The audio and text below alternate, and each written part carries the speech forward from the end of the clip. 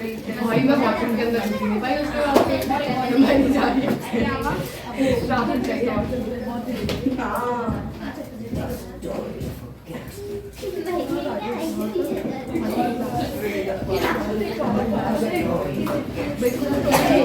Now improvement in food resources. So now all living organisms essentially require foods.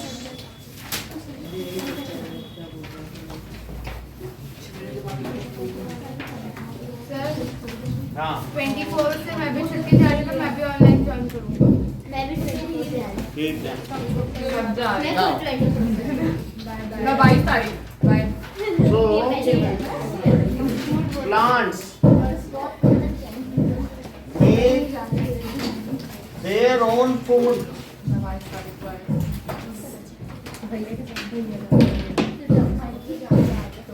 with help of CO2 and H2O. Plant अपना खाना खुद बनाते हैं किसकी मदद से? CO2 H2O. ठीक है तो so they are called plant को क्या कहेंगे? ऑटोट्रोफ्स। ऑटो का मतलब सेल्फ और ट्रोप्स का मतलब फूड। तो सेल्फ फूड जो खुद खाना बनाए उनको क्या कहेंगे? ऑटोट्रोफ्स। ये लोग CO2 और वाटर को ले करके मान लो 6 CO2 ले लिया और वाटर ले लिया और ऐसा करके C6H12O6 बना देते हैं और 6O2 रिलीज कर देते हैं। मान लीजिए ये एक प्लांट है तो प्लांट ये जो लेता है CO2 यहाँ से लेता है और यहाँ से क्या ले रहा है? H2O और यहाँ से क्या लेता है? सनलाइट और इसके खुद के पास क्या है? क्लोरोफिल। तो ये चारों चीजें होनी चाहिए। तो इनकी अगर ये चारों चीजें होंगी तभी खाना बनेगा। पीली पत्तियां खाना नहीं बना सकती हैं तो इसलिए सनलाइट लेगा। और हाँ अर्पिता ज्वाइन करना चाहती है उसने कॉल किया था तो अर्पिता तो आई नहीं। देखना सर आएगी थोड़ी शायद उसने कॉल किया था ना तो सर ये होंगी देखो उससे बोलो ज्वाइन करें मैंने भी सौम्या को ही कॉल किया। मैं तो सर को कॉल किया। कम से कम आए तो। सबको मेरी रिंगटोन इतनी पसंद है मुझे खुद को मेरी रिंगटोन हाँ तो अर्पिता तो आई नहीं रही तो मैं कैसे ज्वाइन कराऊं? केमिस्ट्री वाला फोन करना पड़ेगा। Hello Arpita please join. Call भी नहीं जवाब भी नहीं दे।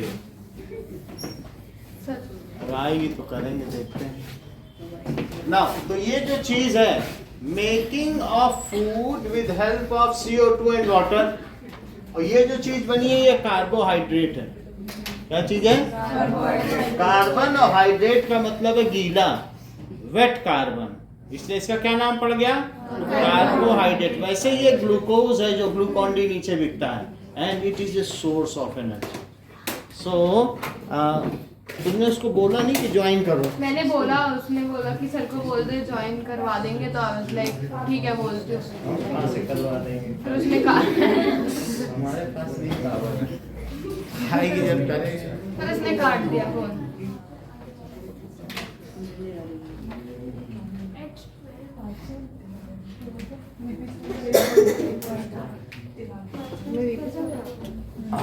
पागल है क्या? Arpita have you joined? अरे तो तुम्हारा नाम नहीं आ रहा ना टुंग टुंग भी नहीं बोल रहा है। अब जरा देखो now the process of making carbohydrate या फूड सर वॉल्यूम फुल कर। विद हेल्प ऑफ कैसे वॉल्यूम फुल कर लीजिए तब आएगा। ऐसा होता है?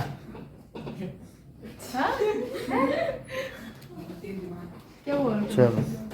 Process of making food with help of CO2 and water in presence of sunlight and chlorophyll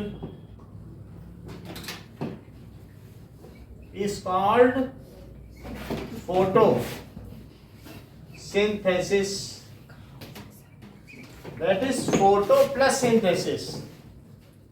photo plus synthesis. Photo का मतलब लाइट और सिंथेसिस का मतलब टू मेक। तो to make food with help of light, इसलिए इसको कहते हैं प्रकाश संश्लेषण। ये प्रक्रिया क्या कहलाती है? फोटोसिंथेसिस। प्रकाश की मदद से जब किसी चीज को वो लोग क्या बनाए? संश्लेषण, प्रकाश संश्लेषण। ठीक है, तो that is making food with help of. चलो ना, अब देखिए, whatever food is prepared by plants is taken by heterotrophs. By yes, हम लोग क्या करते हैं? We take food prepared by plants as nutrients. अगर आपको न्यूट्रिएंट्स दिया जाए तो आप सेब खाओगे, पालक खाओगे, अनार खाओगे, यही सब तो खाओगे। So we can not prepare food, however we take food prepared by plant, so we are called heterotrophs. इसलिए हम क्या कहलाएंगे? सो जो एनिमल है, animal take food which is prepared by plant, prepared by plants। हम फूड लेते हैं prepared by plants, as we cannot make our own food, cannot make our own food। अब आप समझो, CO2 भी गैस और वाटर भी पानी है, देखो कितना बड़ा मिलियन टन का बायोमास तैयार हो गया। तो ये आश्चर्य की बात है कि गैस और पानी से कितना बड़ा पेड़ खड़ा हुआ, कुछ भी नहीं किया। तो we can not make our food and we depend for our nutritional needs on plants. हम किस पर डिपेंड करते हैं? We depend for our nutritional needs on plants, so we are called heterotrophs. As we depend for our nutritional needs on plants, so we are called heterotrophs. What is nutrition?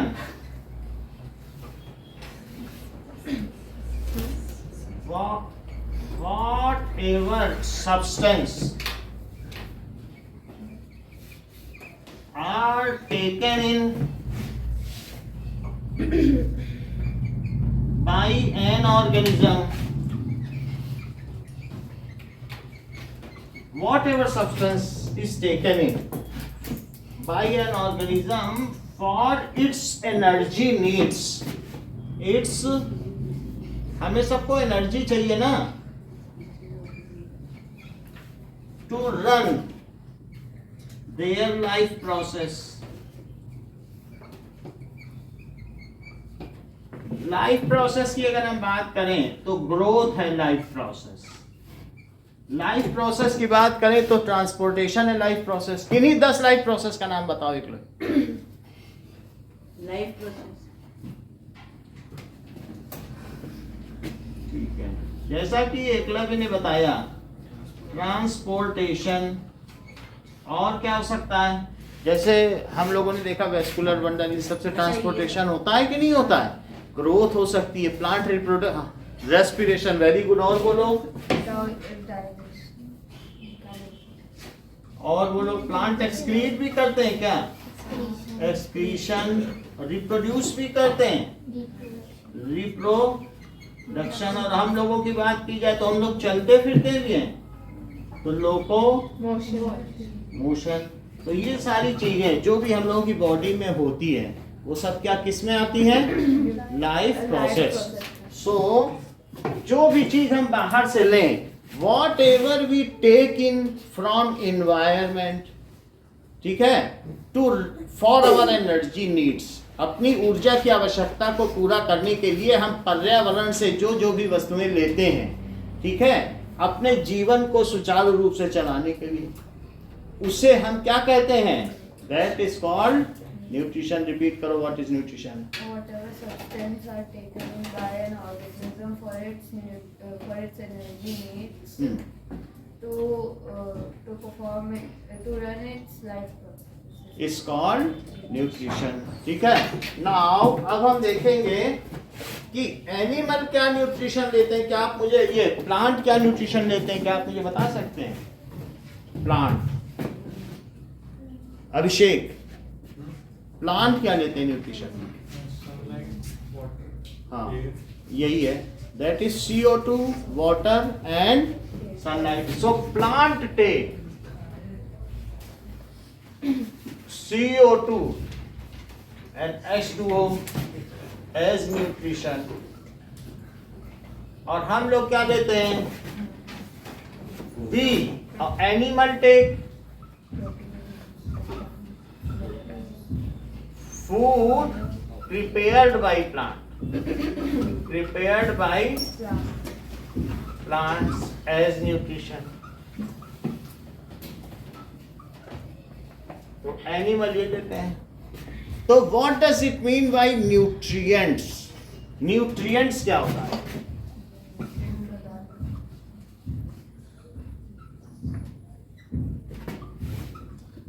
What ever, जो भी substance are contained by any food are called its nutrients. Food में कुछ ना कुछ तो होता होगा ना जिसकी हमें जरूरत पड़ती है। हम रेत और बालू तो नहीं खा सकते, तो जो फूड में है उसे न्यूट्रिएंट्स कहेंगे, उसको कहेंगे पोषक तत्व। क्या कहेंगे? और जबकि उसे पोषण कहेंगे। जो हम ले रहे हैं वो क्या है? पोषण। और अगर सही तरीके से किसी को पोषण ना मिले तो क्या उसे कुपोषण की शिकायत हो जाती है? या तो वो क्या होगा, क्वाशकोर हो जाएगा, मोटा सा हो जाएगा, या फिर पतला रह जाएगा, या सोमालिया की तरीके या कांगो के तरीके के जो बच्चे हैं जिनकी हड्डियां देखती हैं, रिब्स तक देखती हैं, वैसा सूखा भी हो सकता है। तो जिसको अगर सही तरीके से पोषण नहीं मिलता है, जिसको कुछ ना मिले, विटामिन ना मिले, प्रोटीन्स ना मिले, समझ में आया कि नहीं? तो nutrients, so what ever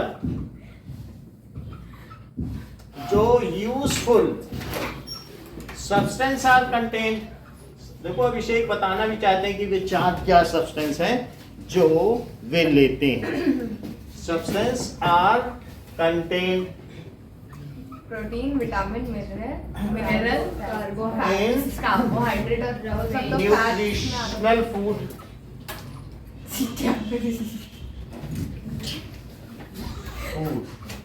is called nutrition, nutrients, nutrients। इसे क्या कहेंगे? Whatever useful substances are present in food is called nutrients। इसमें क्या क्या चीजें आती हैं? जैसा कि सौम्या ने बताया नहीं बोला कुछ कि कार्बोहाइड्रेट, कार्बोहाइड्रेट तो सही है। That is protein. उसी तरीके से फैट या ऑयल। विटामिन और चौथा क्या हो सकता है? Vitamin, minerals, vitamin. सभी चीजें इन्होंने अच्छा सही बताई हैं। Vitamin and minerals. जो मिनरल्स की बात कर रहे हैं अर्पिता, उन्हीं में वे 19 मिनरल्स आते हैं जो सौम्या ने बताए, जिनमें से 6 मैक्रोन्यूट्रिएंट्स हैं और बाकी 13 माइक्रोन्यूट्रिएंट्स हैं। अभी थोड़ी देर पहले जब क्लास में शुरू नहीं हुई थी, ये उसी की चर्चा कर रही थी। कि वास्तव में इस चैप्टर में क्या क्या आने वाला है। हम ध्यान से सुन रहे थे कि कितनी गहरी पकड़ इनकी इस चैप्टर पर है। तो हम लोग उस बात को रिपीट करेंगे। तो हमने तुरंत सुन लिया था, अब आप सबके सामने वो पेश किया जाएगा। ठीक है, तो 4 चीजें हम लोगों ने देखी। कौन कौन सी चीज न्यूट्रिशन में होती हैं? ठीक है, फैट पे हो सकता है, ऑयल हो सकता है, और जब फैट और ऑयल दोनों को मिला के लिपिड कहते हैं। हाँ तो मैंने सही तो बोला था। देख लो, उन्होंने अभी आपको वेरीफाई करा दिया। लिपिड और विटामिन एंड मिनरल्स। विटामिन में vitamin A B C D ऐसे आते हैं, ई आता है, के आता है, ये सारी चीज आते हैं। ठीक है, तो विटामिन में क्या चीज आ जाएगी कि ए बी सी डी ई और के। और मिनरल्स में जैसा आपने बताया कैल्शियम, Fe, आयरन, कॉपर। जैसे किसी ने मिर्च खा ली तो जिंक, बोलते हैं बड़ा जिंक डाल के दिए हो मिर्च, बोलते हो जिंक। इसी तरह से मैंगनीज, ऐसे बहुत सारे हैं। और अभी अभी आपने बताया कैल्शियम, तो कैल्शियम आयन हो गया, सोडियम आयन हो गया, पोटेशियम आयन हो गया। ठीक है, calcium, sodium, potassium, phosphate ion हो गया, फॉस्फेट आयन हो गया। इस तरीके से बहुत सारे न्यूट्रिएंट्स हैं जिनके बारे में आगे बोल रहे हैं। बोलो अर्पिता, क्या पूछ रही हो? रफेज हम लोग खाते हैं, जैसे कि सलाद हो गया। तो किसी किसी की जो आहार नाल होती है, जैसे ये देख लो, क्या इसे तुम जानती हो? खरगोश। तो खरगोश है और इसके जो कान है, ठीक है, तो ये जो खरगोश है इसकी 50 मीटर की है। जो इसकी सुन लें, जो फूड कैनाल होती है वो 50 मीटर की है। और ह्यूमन में कितने की होती है? ह्यूमन में होती है 9.5 मीटर की। और इसको जानती हो? शेर। इसके ये कान है, तो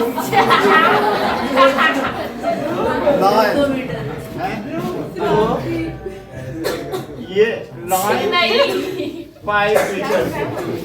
समझ में आई?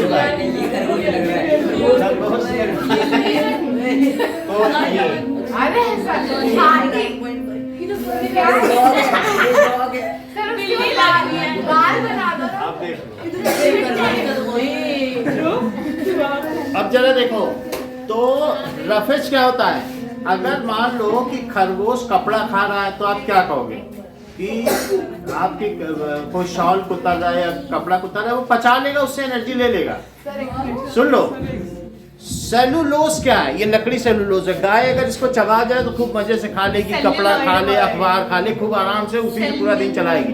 गाय को आप बड़े प्रेम से अखबार खिलाओ, लो खाओ खाओ, तो गाय हाँ अखबार खा लो, उसको धोती खिला दो, लो खाओ, भूख लगी है, अब वो उसको पचा लेगी। क्यों? क्योंकि जितने एनिमल हैं जो घास खाते हैं उनकी एलिमेंट्री कैनाल कितनी है? 50 metre. We can not digest खीरा, हम नहीं पचा सकते। हम खीरे को सिर्फ अपनी एलिमेंट्री कैनाल या आहार को साफ करने के लिए यूज करते हैं। अगर हम 5 दिन खीरा खा लें तो मर जाए, क्योंकि हम खीरे से कुछ भी नहीं पा सकते, सिर्फ वो क्लीनिंग एजेंट है। तो अगर हम खीरा खा रहे सलाद तो आपको फीलिंग होगी कि पेट भर गया, मिलेगा कुछ नहीं बॉडी को। तो इसलिए ज्यादातर हीरो हीरोइन बहुत खीरा या सलाद खाते हैं, जिससे कि वो जो डाइट पर रहते हैं, और बहुत उनकी तबीयत भी कभी कभी खराब हो जाती है। तो हम ये देख रहे हैं कि जिसकी एलिमेंट्री कैनाल 50 मीटर है वो तो सेलुलोज पचा सकता है। और ये शेर है, शेर अगर इसको तुम पका पकाया खाना दे दो जब भी नहीं खा पाएगा, ये मीट ही खा सकता है, क्योंकि इसकी कितनी एलिमेंट्री कैनाल है? 5 मीटर। तो जो लोग कार्निवोर हैं, क्या आपको मालूम है मांसाहारी जो कार्निवोर हैं उनकी एलिमेंट्री कैनाल छोटी है, वो सिर्फ मीट खा सकते हैं, उसी को बचा सकते हैं, उनको हरी सब्जी नहीं खा सकते। सामने हरी सब्जी रख दो भूखे मर जाएंगे, क्योंकि उससे उनको कुछ मिलने वाला नहीं है। हमारे सामने खीरे का भंडार हो, हम भूखे मर जाएंगे। हमको कोई कह दे लो खीरे के गोदाम में तुमको डाल दिया, आदमी मरा मिलेगा 5 दिन में। और खरगोश को डाल दो तो शेर बन जाएगा। तो इस तरीके से हम देखते हैं कि यहाँ पर 4 तरीके के न्यूट्रिएंट्स हैं। कौन कौन तरीके के न्यूट्रिएंट्स हैं? Carbohydrate, protein, fat. ठीक है, now one by one we will discuss them.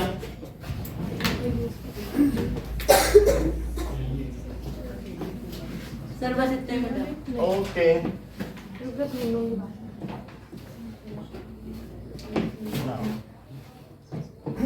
What is carbohydrate? किसी को यहाँ होल्डर क्लियर वाली देखो कार्बोहाइड्रेट क्या होता है? These are source of energy. These are, अगर किसी छोटे बच्चे को अहाना कार्बोहाइड्रेट खिलाया जाए और शुरू से कार्बोहाइड्रेट ही खिलाया जाए तो क्या होगा? जैसे गेहूं, चावल, ये सब खिलाया, बाकी उनकी कमी हो जाएगी। लो इन्होंने बता दिया। बहुत अच्छा, मतलब जैसे दलिया, ये सही है। देखो नेहा ने बताया, क्यों जानकारी थी, हमने कहा था छोटे से ही 6th 7th क्लास से सब पढ़ाया जा रहा है, तो उसी की जानकारी उन्होंने बताया छोटा ही रह जाएगा, क्योंकि हमारे सेल को बढ़ने के लिए प्रोटीन चाहिए और लिपिड चाहिए कि नहीं, नए सेल को बढ़ने के लिए। भाई हमें तेज बोला था आगे बोल दिया। अभी तेज को भी मालूम है। आप जैसे थे कि थोड़ी देर पहले एकलव्य ने बताया 10 लाइफ प्रोसेस, बच्चों को पता होता है, ऐसे नहीं बताते हैं। तो ये जो सेल है, सेल की आउटर जो लेयर होती है, मेम्ब्रेन होती है, सेलुलर मेम्ब्रेन किसकी बनी होती है? प्रोटीन और लिपिड। Protein plus lipid. इसलिए नेहा ने बताया कि उसमें नए प्रोटीन बनेंगे ही नहीं, वो छोटा बच्चा रह जाएगा, वो कभी बढ़ नहीं पाएगा अगर वो रोटी चावल खाएगा। तो इस तरीके से कार्बोहाइड्रेट क्या है, वो काम खूब करेगा लेकिन वो बढ़ कभी नहीं सक पाएगा, क्योंकि उसमें एक भी नया सेल बनेगा नहीं। नए सेल को बनने के लिए क्या चाहिए? क्योंकि जो भी चीजें हैं, इसमें जितने भी चीजें हैं उन सब में प्रोटीन की जरूरत है, चाहे लाइसोसोम हो, चाहे माइटोकॉन्ड्रिया हो, चाहे हमारे सेल्स तो मतलब मरते रहते हैं ना, तो ऐसे मर नहीं जाएगा जो लाइक छोटा। तो अगर धीरे धीरे उसमें डिके भी शुरू हो जाएगा, क्योंकि जब सेल मरेंगे तो उसका मेंटेनेंस भी नहीं हो पाएगा, तो धीरे धीरे प्रोटीन की कमी हो जाएगी। तो मजदूर लोगों को देखो 12-12 रोटी खा जाते हैं। क्यों खा जाते हैं? क्योंकि उन्हें दिन भर एनर्जी की जरूरत होती है कि नहीं, तो थोड़ी बहुत दाल भी ले लेते हैं साथ में, कुछ ऐसा होता है जिसमें प्रोटीन हो। अदरवाइज वो ज्यादातर कार्बोहाइड्रेट पे डिपेंड करते हैं। ज्यादा चावल चाहिए, थोड़ी सी दाल चाहिए मेंटेनेंस रखने के लिए। तो कार्बोहाइड्रेट क्या है? These are rich source of energy. ये क्या होते हैं? Energy. These are rich source of energy। ठीक है, carbohydrate rich source of energy. It is किसमें पाया जाता है? इट इज फाउंड इन जो ग्रेन्स होते हैं या सीरियल्स, अनाज जानते हो? सो सीरियल्स जैसे व्हीट, राइस, मेज जानते हो? मक्का, ऐसे हो जाएंगे। तो जो है रागी भी एक छोटे छोटे दाने होते हैं, उसके भी आटा होता है। ज्वार, बाजरा, इन सब के जिसका रोटी बनती है। ज्वार, बाजरा, जहाँ गेहूं 40 रुपए किलो है, वही रागी 5 रुपए किलो। तो रागी इतना सस्ता है, लोग अपने पशुओं को खिलाते हैं यूपी में, लेकिन कर्नाटक में रागी की रोटी खाई जाती है। तो इस तरीके से बाजरा, तो है ना, इतनी बात समझाई। बिग बाजारा भी कह सकते।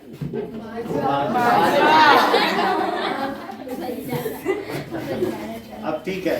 सो जो कार्बोहाइड्रेट है, कार्बोहाइड्रेट 3 तरीके के होते हैं। जैसा कि सौम्या ने शुरू में बताया था कि एक होता है मोनो शुगर, भाई देखो, और डाई इतनी ज्ञानी और पॉली। इन्हें खुद पर घमंड भी होने लगा। ये मोनो शुगर क्या है? जो सबसे सिंपलेस्ट शुगर है। Complex sugar. सुन लो, ग्लूकोज, हाँ, ग्लूकॉन डी, ये जान में जान डाल दे। तो ये ग्लूकॉन डी।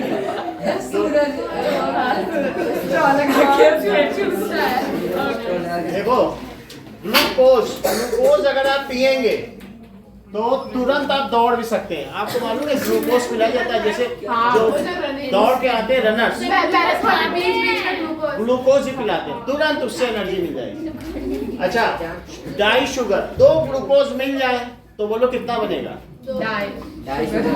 डबल करो जरा, C12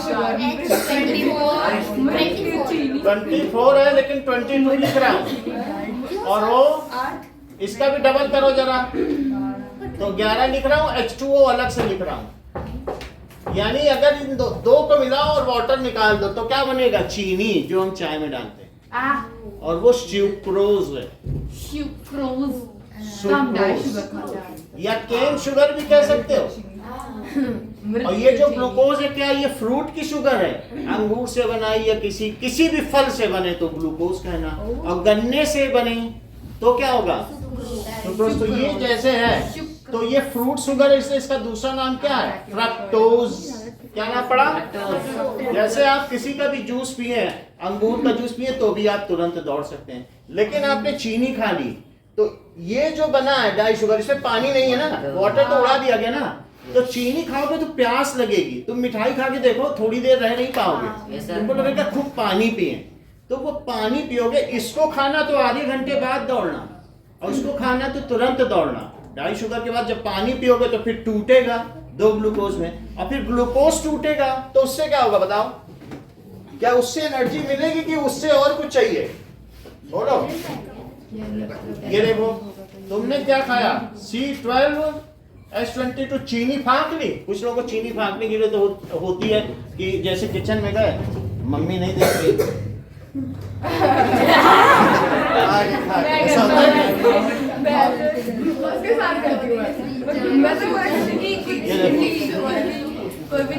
ये चीनी खाई, चीनी खा के पानी पी लिया, चीनी खा के क्या किया?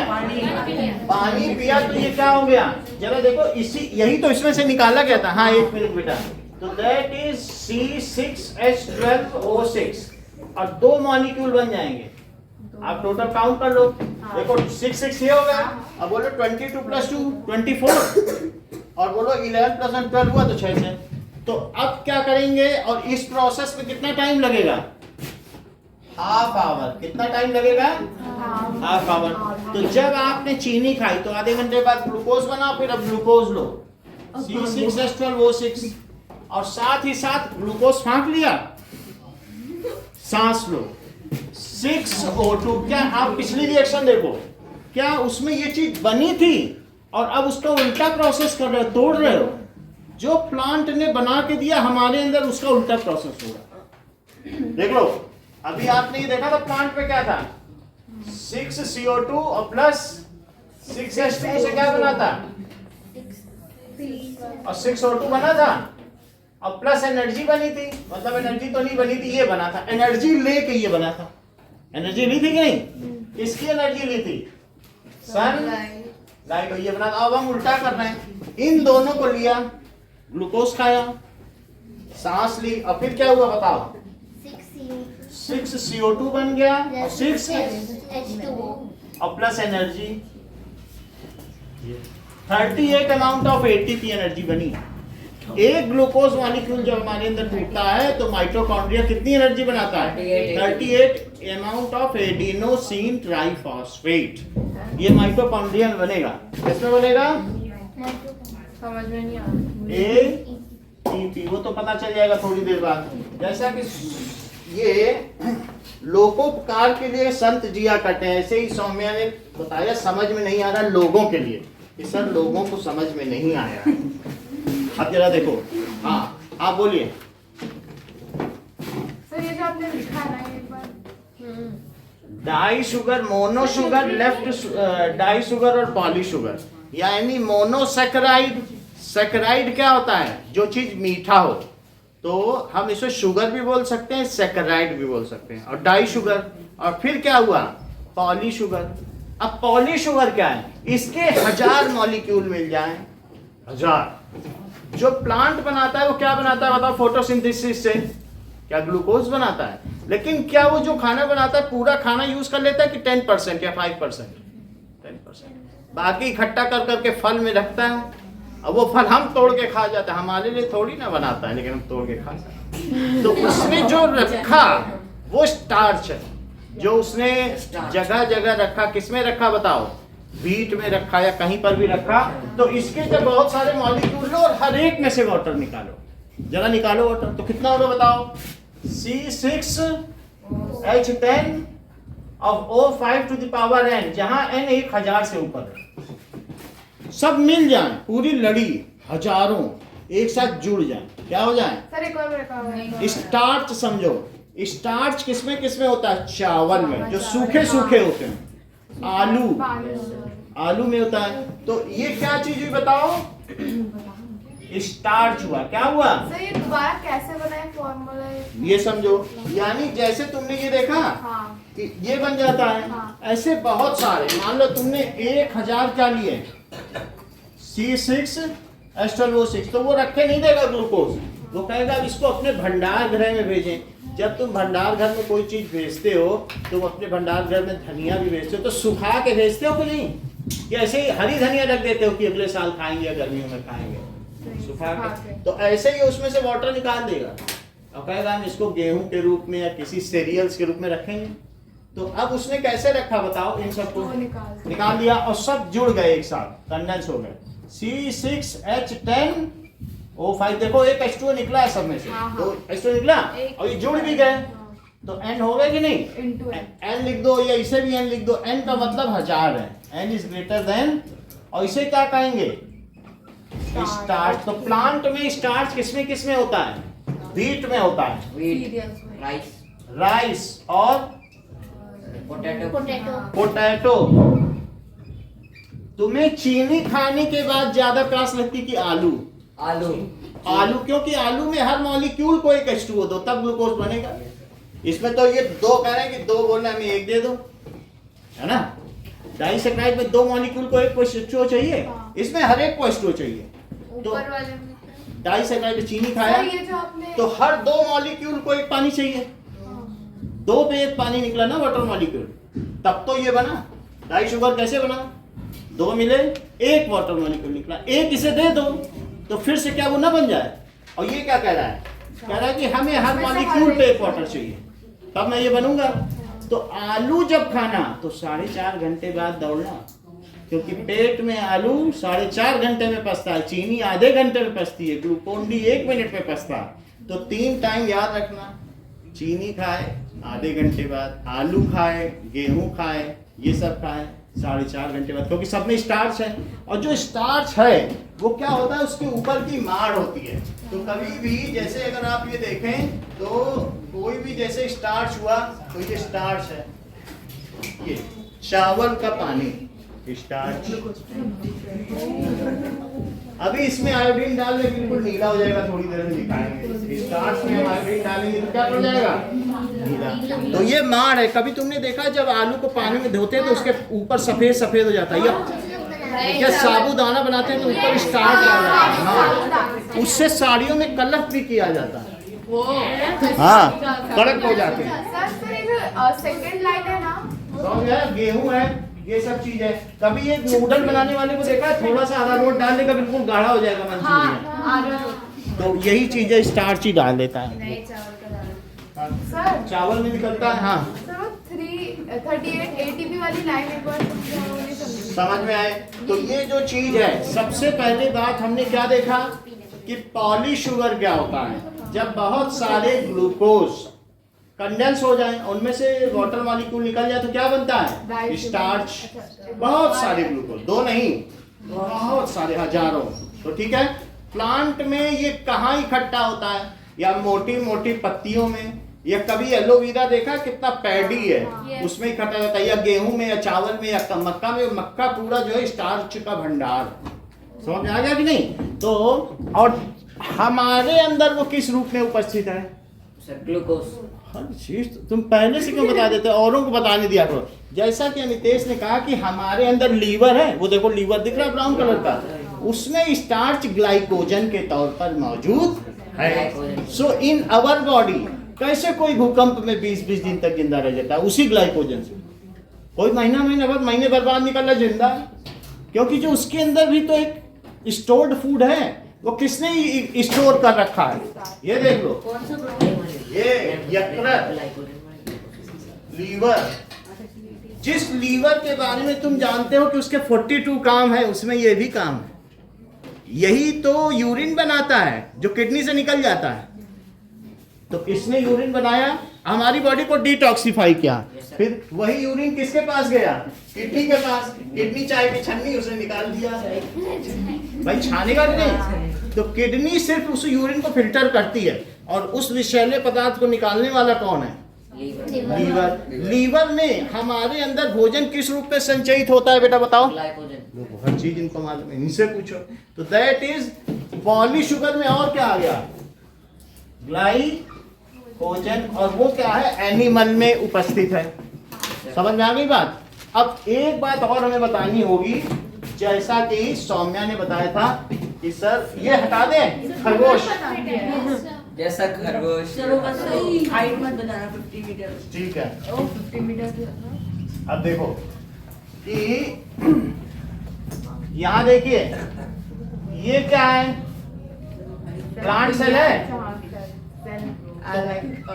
प्लांट सेल है। अब प्लांट सेल में ये क्या है? बोलो न्यूक्लियस। भाई, आप लोग ध्यान से सुनो, सौम्या बता रही है कि इसमें बहुत सारे स्ट्रोमा भी हैं। बोलो ये क्या है? ये देखो, सबने स्ट्रोमा बोला है, सिर्फ सौम्या ने बोला क्लोरोप्लास्ट। मैं ध्यान से सुनता हूँ कि क्लोरोप्लास्ट क्यों है? अब है तो है, ठीक है। हाँ तो सही तो बोला है। क्लोरोप्लास्ट में क्या किया?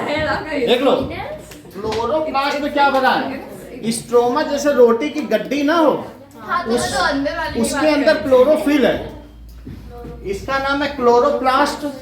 अगर ग्रीन है तो क्लोरोप्लास्ट रेड है, हूँ। रोडोप्लास्ट, ठीक है। ब्राउन है, येलो में था, ब्राउन है तो फेरियोप्लास्ट। भाई सब चीज पढ़ाई हुई है। बोलो, अब रुक जाओ। रेड है तो, अब ग्रीन है तो, और अगर ब्राउन है तो फेरियोप्लास्ट, और मान लीजिए येलो है तो सब चीज जानती हो, और अगर रंगीन है तो ल्यूकोप्लास्ट। हर चीज जानते हो। वो भी जान रहे, देखो कह रहे रंगहीन, उसने रंगहीन सुना। हाँ, कलरलेस तो उसने ल्यूकोप्लास्ट भी बता दिया। हर चीज ये लोग। अब कलरफुल है तो क्या हुआ? That is chromoplast. जैसा कि हमने बता दिया कि जो प्लास्टिड्स हैं वो दो तरीके के हैं। कौन कौन से हैं? क्रोमोप्लास्ट, और जो कलरलेस है ल्यूकोप्लास्ट। तो ये मुझे बताओ, एलोवेरा के अंदर कौन सा है? ल्यूकोप्लास्ट। सही है। और जो फूलों के अंदर है क्रोमोप्लास्ट। तो अब जरा देखो। हाँ, विटामिन है, मिनरल्स। तो मिनरल्स की स्पेलिंग ठीक करो, मिनरल्स, ठीक है। खनिज तत्व और विटामिन। अब जरा देखो, क्लोरोप्लास्ट में, क्रोमोप्लास्ट में क्या हुआ? क्लोरोप्लास्ट, फेरियोप्लास्ट, ठीक है, रोडोप्लास्ट और ज़ैंथोप्लास्ट। कलर भी लिख दो। येलो कलर है, गाजर में पाया जाता है केराटिन, और ये फूल में, रोज में रेड, और फेरियोप्लास्ट ब्राउन एल्गे में पाया जाता है, और क्लोरोप्लास्ट ग्रीन है, पत्तियों में पाया जाता है। तो ये क्लोरोप्लास्ट आप समझ गए? Yes sir. क्लोरोप्लास्ट में क्या तैयार होता होगा? किसमें क्लोरोप्लास्ट में क्लोरोफिल नहीं, फूड प्लास्टिड। प्लांट में जो आपको ऑर्गेनल्स पता है उनमें प्लास्टिक भी है कि नहीं? यस सर, सर वो सब जैसे प्लास्टिड हो गया, और भी बहुत सारी चीजें होती है, लाइजोसोम है, गाल्जी ऑपरेटस, एक प्लास्टिड भी होता है कि नहीं, जो रंग देता है। हम लोगों में नहीं होता है प्लास्टिक, उनमें होता है। अब ये देखो, बोलो ये कोई मुझे बता दे क्लोरोप्लास्ट में तैयार क्या होता है? फूड फूड नहीं लो हाँ, ये kitchen कह of रही the है cell कि of the kitchen of cell, और वही ग्लूकोज बनता है। हम नहीं कह रहे, यही कह रही हैं, हम लिख हाँ देते तो हैं। फूड So- ही तो है। प्लास्टिड क्या है फूड बताना तो करो। इस किचन ऑफ सेल, बोलो क्या कहलाएगा? Kitchen of cell. It contains, इसमें क्या होगा? इट कंटेन्स क्लोरोफिल एंड में ये क्या करता है? ग्लूकोज बनाएगा। तो इसने ग्लूकोज बना दिया। और ये बताओ, ये तो खैर इसका न्यूक्लियस हो गया। न्यूक्लियस, ये क्या चीज हुई? बोलो। माइटोकॉन्ड्रिया। माइटोकॉन्ड्रिया। माइटोकॉन्ड्रिया में इसने क्या भेजा? C6O6, ये से भेज दिया। इसने बनाया खाना और इसको भेज दिया माइटोकॉन्ड्रिया में। अब यहाँ से सृष्टि का दौर शुरू होता है। सर देखो मुझे कुछ नहीं आता। देख लो, यही विनम्रता ही तो चाहिए। क्यों इन्होंने कहा? सर मेरी बायो खराब है। ये देखो, इन्होंने कहा कि C6H12O6 है। C6H12O6 इसके पास गया, माइटोकॉन्ड्रिया के पास। और ये जरा देखो, ये फॉस्फेट है। फॉस्फेट है तो फॉस्फेट में PO4 और जोड़ दो, फॉस्फेट। तो ये क्या बन गया? एक फॉस्फेट, दूसरा फॉस्फेट। और देखो एकलव्य भी अपने अगल बगल पढ़ाने, आप लोग ध्यान से सुनेंगे तो उनकी बात समझ में आ जाएगी। ATP, और ये क्या है? ADP। ऐसे 38 को वह एक ग्लूकोज की मदद से C6H12O6 की मदद से ये बनाता है। देख लो, एक ग्लूकोज ले लिया और उसने एडिनोसिन, ये जो ऐसा है ना, ये सब कार्बन लगा है। यहाँ क्या लगा है? कार्बन। एडिनोसिन डाइफॉस्फेट, और एक फॉस्फेट और लगा दिया तो क्या बन गया? डाइफॉस्फेट। जैसे उसने बनाया 38, उसने बांटा। लो लाइसोसोम तुम लो एंडोप्लाज्मिक रेट, सबको बांट दिया। सब लोग अपना अपना काम करो, ये एनर्जी बन गई है। ग्लूकोज किसने भेजा था? इसने। और फॉस्फेट कहाँ तैर रहा था? क्या वहां के अंदर साइटोप्लाज्म में? हाँ। ये भी सब इसने लिया और यहाँ से लिया। और जो बाकी फालतू के लोग है ना, इन लोगों ने यूज कर करके सब इसको ADP दिया। बोला लो, फेंक दिया ADP, लो फिर से बनाओ। जैसे आदेश दे रहे हैं, जैसे नहीं कहते मेरा पेंसिल भी रख दो, लो स्केल भी रख दो। ऐसे इसने ADP दिया और इसने जतन से फॉस्फेट लेके ये लेके फिर से क्या बना दिया? क्या यही एनर्जी करेंसी है?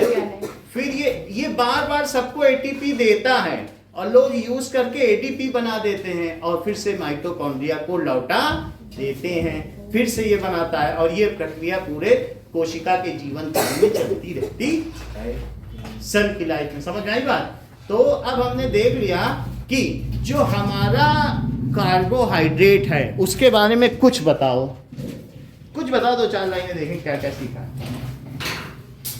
कार्बोहाइड्रेट के बारे में भाई कुछ तो बताओगी अमितेश। सर देखो सर, कार्बोहाइड्रेट सर, हमें सर शुगर से मिलता है। कार्बोहाइड्रेट, शुगर, सर राइस वगैरह। मेरी नहीं है ना बहुत अच्छा। और सर कार्बो सर हम सर ग्लाइकोजन सर प्रेजेंट होता है सर लीवर में। बहुत अच्छा, मेरा नहीं है। हर चीज आपने बता दी। कार्बोहाइड्रेट के बारे में बताओ। कुछ देखने रखी हो एनर्जी होती है, क्यों निकला अब उसकी पनीर में रख के तो डाल दो। अच्छा पॉली शुगर और ठीक है। नाउ तो वो उसके पापा अमीर हैं, नहीं फेंकेगी क्या? अरे sir sir carbohydrate rich source of energy होता है और वो सीरियल्स में पाए जाते हैं, राइस, मेज, व्हीट, इन सब और बाजरा। उनके 3 टाइप होते हैं, मोनो शुगर, डिस शुगर, पेंसिल के साथ में और और पॉली शुगर। Poly sugar. ठीक है, ये तो तीनों के एक एग्जांपल दे देना कि मोनो शुगर का, डाई शुगर का और पॉली शुगर है। इतनी बात समझ में आ गई? इतनी बात हो गई। ये चीजें आपको लिखनी नहीं है, ये चीजें सिर्फ लिखने के लिए यहाँ तक लिखना है। अगर कार्बोहाइड्रेट सर मिडल वाला क्या मिडल, मतलब ये जो है ना मिडल वाला, यानी अगर ये है तो इसको पानी दे दो। देख लो और कहाँ पाया जाता है? C6H12 O6 की पावर n है, इसको कितने वाटर दे दो? n वाटर, तो ये क्या बनेगा बोलो? C6, इधर ध्यान दीजिए। और ऐसा सौम्या कितनी देर में बनेगा? आधा घंटा। करेक्ट। जैसे कि सौम्या ने बताया कि ये स्टार्च है, तो इसको इसमें बदलने में कितना टाइम लग जाएगा? 4.5 घंटा। फिर ग्लूकोज से ये जो टूटना है, अभी अभी इन्होंने बताया साक्षी ने कि यही रेस्पिरेशन है जो हमारे सेल में होता है। और ये काम कहाँ हो रहा है? माइटोकॉन्ड्रिया में। वही तो तोड़ के एटीपी बना रहा है। तो रेस्पिरेशन बताओ हमारे लंग्स में होता है कि सेल में? लंग्स। करेक्ट। देखो कैसे इसने जाना, उसने कहा लंग्स में तो ब्रीदिंग होती है सर। हमको क्या बता रहे हो, बहुत बड़ी बात कही। और सेल में क्या होता है? एनर्जी बनती है, क्योंकि वहां उसने देख लिया। भाई जो बोर्ड देखेगा वही ईमानदार भी है, टैलेंटेड भी है। तो अब ये जो चीज है रेस्पिरेशन, रेस्पिरेशन कोई श्वसन कहते हैं। तो फ्रूट्स में क्या है? ये समझ आई बात? फ्रूट्स में फिर क्या है? फ्रूट्स में फिर आपने मोनो शुगर किस में? मोनो शुगर जो फ्रूट जूस है, तो फ्रूट जूस में क्या रहेगा? ये सब रहेगा। फ्रूट जूस पियो इंस्टेंटली, दौड़ो। तो लेने के बाद क्या होगा वो है? क्या पानी अगर टूट गया ग्लूकोज बन गया। जो चीज सूखे फॉर्म में है उसी में स्टार्च है, ड्राई फॉर्म में स्टार्च होगा। हाँ, मतलब ये मोनो शुगर लेने के बाद क्या होगा वो है वो फॉर्म। मोनो शुगर हमारे माइटोकॉन्ड्रिया में कैसे काम करेगा? यहाँ क्या लिख लो? माइटोकॉन्ड्रिया। वो जो माइटोकॉन्ड्रिया ग्लूकोज लिया फिर ऑक्सीजन लिया फिर क्या होगा वो है? फिर हमारी बॉडी में 38 अमाउंट ऑफ एटीपी बनी। तो ये जस्ट उसका रिवर्स प्रोसेस है। समझ में आया? फोटोसिंथेसिस और ये समझ में आ गई बात। और ये हमने क्या बता दिया आपको कि ये जैसे ये किचन है वैसे ये क्या है? Mitochondria, power house of cell. Power house.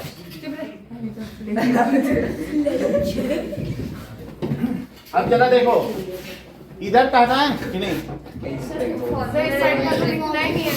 हाँ?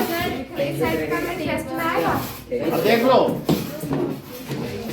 पहला सर इस पूरा राइट सर इस पूरा से साइंस पढ़ा हुआ मत पूछा कर chemical reaction for sir chemical reaction नहीं सर।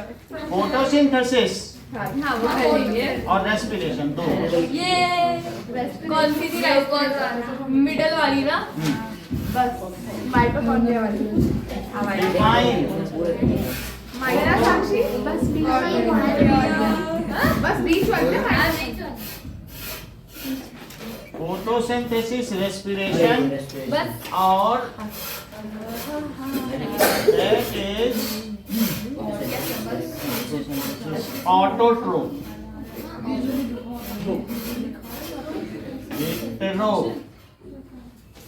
लिखना है क्या? फोटोसिंथेसिस, रेस्पिरेशन, ऑटोट्रोफ, हीटोट्रोफ और ये रेस्पिरेशन। ग्लूकोज ऑक्सीजन की मदद से ये दोनों बनाता है। CO2 हम कहाँ से निकाल लेते हैं? सांस से। वाटर कहाँ से निकाल लेते हैं? यूरिन से। जिसने चीनी खाया वो वॉशरूम गया। सो ऑटोट्रोफ, हीटोट्रोफ और न्यूट्रिएंट्स, CO2 क्योंकि वाटर बनेगा बॉडी में। अब देखो 6CO2 एक मिनट देखिए ये वाला समझ देखो और ये इतना देखो, ये बिल्कुल कॉमन है। क्या आप लोगों को रेस्पिरेशन की डेफिनेशन पता है? नहीं सर। क्या होती है? हम मूर्ख बात क्या ब्रेकिंग डाउन ऑफ ग्लूकोज। पहले ध्यान से सुनो। Breaking down of glucose with help of oxygen, ठीक है, in mitochondria is called respiration. breaking down of glucose with the help of oxygen in mitochondria. with the help of oxygen ना हाँ in mitochondria Making a round of glucose with the help of oxygen, mitochondria is known as respiration breaking down of glucose. Breaking down of glucose. Oxygen from mitochondria is known as respiration. Breaking down of glucose in mitochondria with the help of oxygen is called respiration.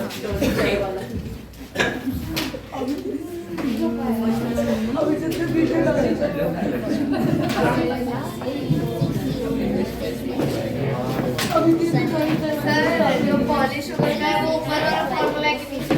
दोनों ही वही है formula. एकदम नीचे वाले में। ये polish sugar है, ऊपर वाला नहीं है। ये डाई शुगर है। डाई शुगर कैसे टूटती है डाई शुगर, कैसे टूटती है पॉलिश शुगर, कैसे बनती है पॉलिश शुगर? हाँ respiration sir breaking down of glucose sir extra हाँ अभी ठीक है with the help of help of oxygen mitochondria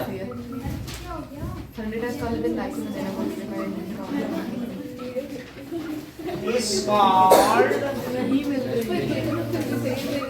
respiration. It releases, इससे क्या होता है? Releases 38 units of सर इस कॉल्ड Energy. रेस्पिरेशन तक नहीं लिख सकते? इससे क्या होता है? And CO2 and water. इन सब से क्या बनता है? बोलो CO2 वाटर और ये वही चीज दिखे ना जो बनता है। its unit of energy It releases energy CO2 and water. इससे क्या बनता है? CO2 वाटर और एनर्जी। बस सर 38 यूनिट नहीं लिखे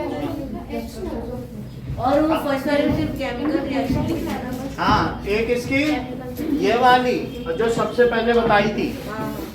अब मैं मिटा दूं? यस सर सर कोई ये तो यहाँ से तो कर दिया होगा। कोई ये पढ़ लो इसके पास हो जाएगा। अरे एक याद कर लिया उसका उल्टा कर देना फॉर्मूला तो हाँ ये बात सही है, उल्टा ही है उसका। ये वाला 6 यहाँ से भी हटा दें।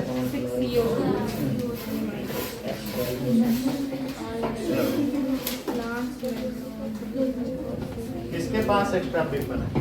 सर ये शुरू करें?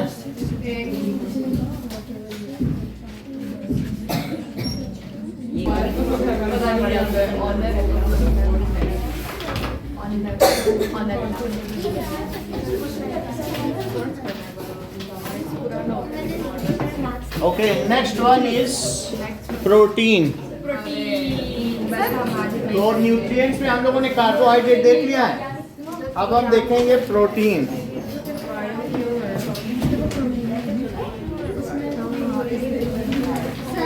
हाँ प्रोटीन किस लिए होता है?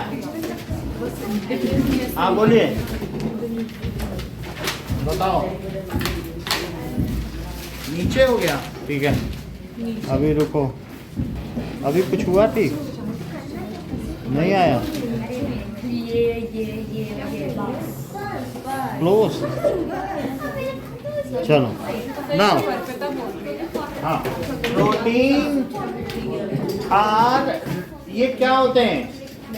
प्रोटीन जो होते हैं एक्स ये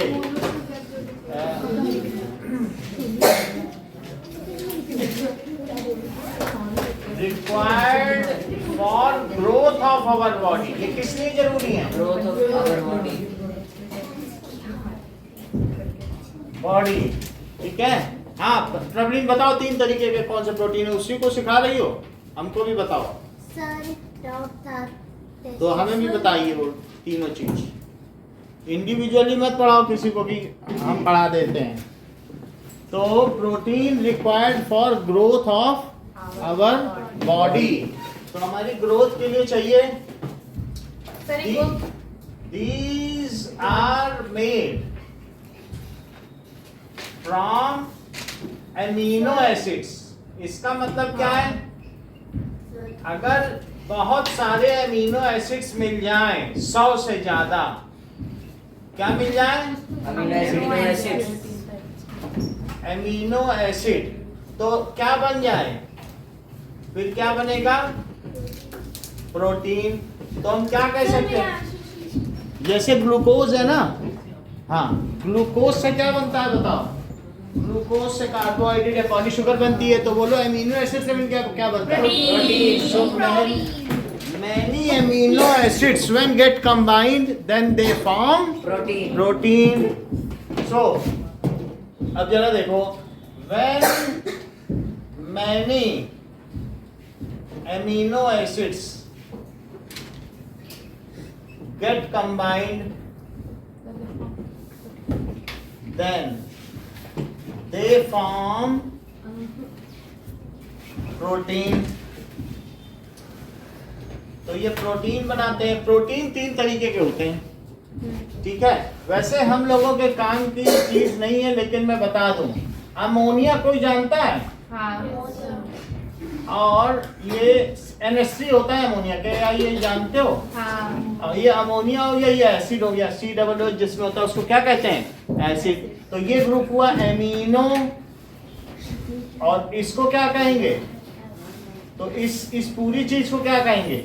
एमिनो एसिड। अगर यही कई लड़ियां मिलके एसिड मोतियां मिल जाएं तो क्या बन जाए?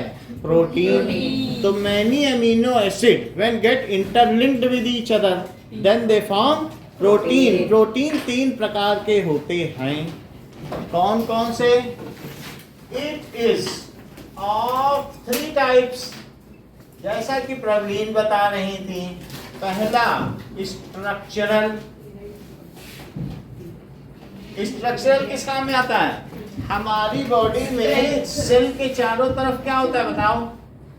क्या प्रोटीन और लिपिड की लेयर होती है? Yes sir. लिपिड का मतलब ऑयल, तो प्रोटीन और प्लस लिपिड। और क्या हर एक सेल ऑर्गेनल भी प्रोटीन से चारों तरफ मेम्ब्रेन रखते हैं? क्या न्यूक्लियर मेम्ब्रेन भी प्रोटीन की होती है? ये सब चीज है। तो इस तरीके से हमारे सेल में जो न्यूक्लियस है वही तो प्रोटीन के निर्माण में सहयोग देता है। राइबोसोम ही तो प्रोटीन बनवाते हैं कि नहीं? यहाँ राइबोसोम में प्रोटीन बनता है, और जो स्मूथ एंडोप्लाज्मिक रेटिकुलम में लिपिड बनता है। Yes, sir। चलो, अब एक स्ट्रक्चरल प्रोटीन हो गया। सो दे डिटरमाइन, हमारी बॉडी का जो स्ट्रक्चर है वो किसने बनाया है? Structural protein. It determines, it gives structure to our sir body। Like bones. Bones भी नहीं, शेप भी सब कुछ।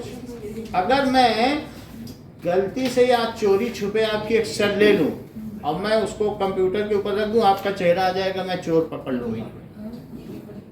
ऐसे ही तो चोर पकड़े जाते हैं फोरेंसिक में कि मान लो उसका एक बाल गिर गया, फिर वो दिखाए बाल मिला है, बाल। मतलब इस बाल से ये पता चल जाएगा, अगर आज बाल मिला है तो 14 साल बाद वो व्यक्ति कैसा दिखेगा, हम 14 साल बाद ही पकड़ लेंगे। यानी उसका चेहरा, अगर बच्चे का बाल मिला है, हम 70 साल बाद उस आदमी को पकड़ लेंगे कि डालेंगे +70, ऐसा दिख रहा है, जाओ पकड़ो। समझ में आ गई बात? ये चीज है। अगर माँ के एम्ब्रियो में, मतलब सुन ले, अगर जो माँ का, जैसे हम ये कह सकते हैं कि वो एम्ब्रियो जो बच्चा पेट में है, उसमें भी यूट्रस से भी हम देख सकते हैं कि अगर उसका भी निकाल लिया जाए कि बच्चा कैसा पैदा होगा, तो उसका फोटो लगा के और सब जगह इनविटेशन कार्ड कि बच्चा पैदा होने वाला है, अप्रूव आइएगा, ये बच्चा पैदा हो गया। तो ये चीज है। बट जैसे सर आपने बोला 70 साल बाद, वो तो लाइक अगर कोई चोट वोट लग गई या कुछ एक्सीडेंट तो भी चेहरा नहीं बदलेगा। आप समझ जाएं कि मान लीजिए कि प्रोटीन का कैसे प्लास्टिक सर्जरी करा ली उसने, तो तब बदल जाएगा, हाँ, तब बदल जाएगा। अदरवाइज कैसा होता है वो चीज पता चल जाती है। हार्मोनल प्रोटीन, हार्मोनल प्रोटीन लड़के को लड़का बनाता है, लड़की को लड़की बनाता है, यानी जिसमें हार्मोनल डिसबैलेंस हो गया वो ट्रांसजेंडर कहलाता है, हिंजड़ा कहलाता है। हार्मोनल इम्बैलेंस यानी अगर जिसमें हार्मोनल डिसबैलेंस हो गया तो फिर क्या होगा, वो या तो अभी आपने पढ़ा नहीं था, थोड़ी देर पहले ही अभिषेक हंस रहा था कि देखो मेरे अंदर हार्मोनल इम्बैलेंस हो गया, मैं लंबा हो गया। ध्रुव को बता नहीं रहा था, मतलब उसने ध्रुव को बताया कि तुम्हारे अंदर भी हार्मोनल इम्बैलेंस है, तुम छोटे हो गए और मैं लंबा हो गया। मतलब हमारी बॉडी में 5 उंगलियों का आकार कैसा होना चाहिए, हमारी बॉडी में दोनों हाथ एक शेप के हैं कि नहीं, या जो भी चीज है बॉडी में एक जैसा शेप है, ये सब हार्मोन डिसाइड करेंगे। वॉट एवर जो भी चीज है that is the limit of growth is determined by hormones. तो हार्मोन्स हमारे बॉडी में क्या करते हैं, दे डिसाइड जेंडर। वो किस चीज को डिसाइड करते हैं, जेंडर को। और नहीं तो जो आप ट्रांसजेंडर हैं वो भीख मांगते फिरते हैं। हमारा समाज इतना पढ़ा लिखा ही नहीं कि उनको इज्जत दे सके। जिस समाज में हम रहते हैं हमें खुद शर्म आनी चाहिए। भला उसमें उनकी क्या गलती है, क्या तुम उनको नौकरी नहीं दे सकते? उनमें भी कई पढ़े लिखे पीएचडी करे हुए हैं लेकिन फिर भी भीख मांग रहे हैं, सड़क पीएचडी करके भी भीख मांग रहे हैं। ट्रांसजेंडर को नौकरी नहीं दे रहा क्योंकि जिस समाज में जाएगा वो एक्सेप्ट ही नहीं करेगा। जिस प्राइवेट फर्म तक नौकरी नहीं दे रही, ये उसकी क्या गलती बताइए? वो लाखों रुपए खर्च करके सोचता है फिर क्या किया जाए। सब चीज है उसमें, सोचने की योग्यता है, समझने की योग्यता है। तो अब जरा देखें स्ट्रक्चरल प्रोटीन क्या होता है, डिटरमाइंस अवर स्ट्रक्चर।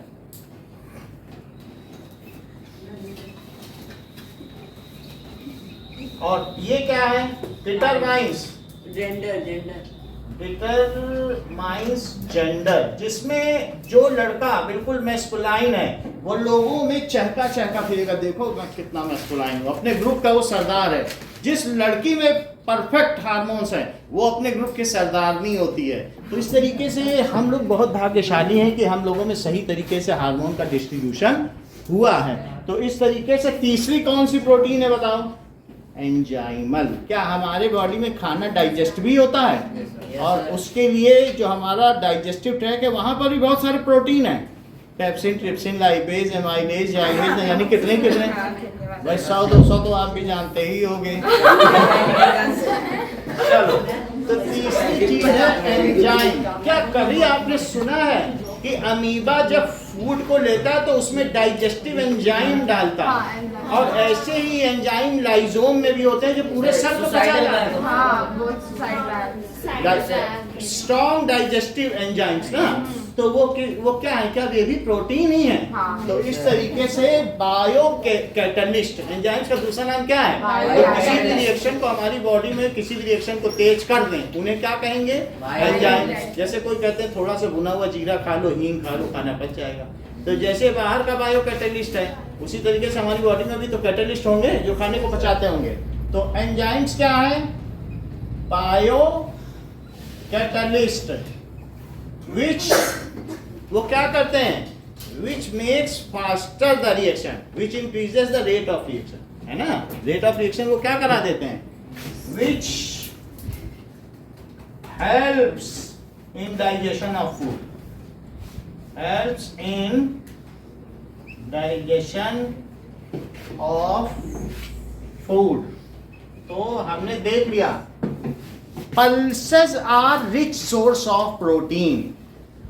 pulses क्या होती हैं, rich source of protein। मैं प्रोटीन, मेरा घर है सोयाबीन, मैं प्रोटीन कहा जाता है कि नहीं, सोयाबीन हो गया, इन सब में प्रोटीन होता है। तो पल्सेस जितनी भी दालें हैं are rich source of protein। इसकी अलग से बात करेंगे, ठीक है। एग्जाम्पल जैसे ग्राम, पीस, जो भी तरीके की दालें हैं। अरहर जानते हो, तूर दाल कभी पढ़ा है? तूर दाल अरहर यूपी में खाई जाती है।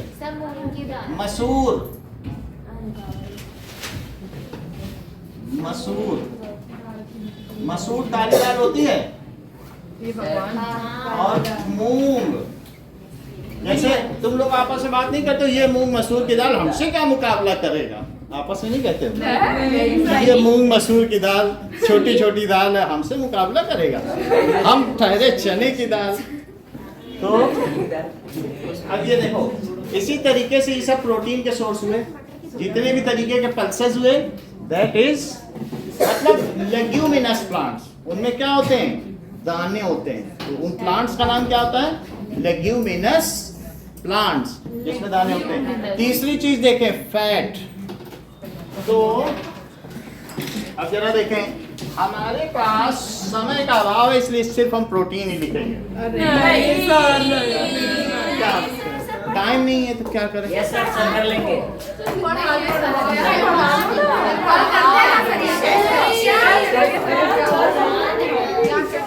बस प्रोटीन की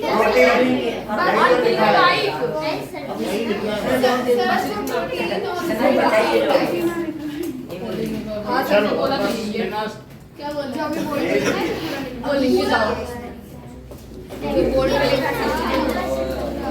पढ़ ले सर दो दे दिया। ये सारा ऑप्शन लिखना है, और फिर उसके टाइप्स जैसे इसमें पाया जाता है। सर क्या लिखना है? प्रोटीन की डेफिनेशन, इसके टाइप्स और किसमें पाया जाता है। प्रोटीन के टाइप्स और किसमें पाया जाता है? प्रोटीन की डाइट अभी हटा दें। स्ट्रक्चर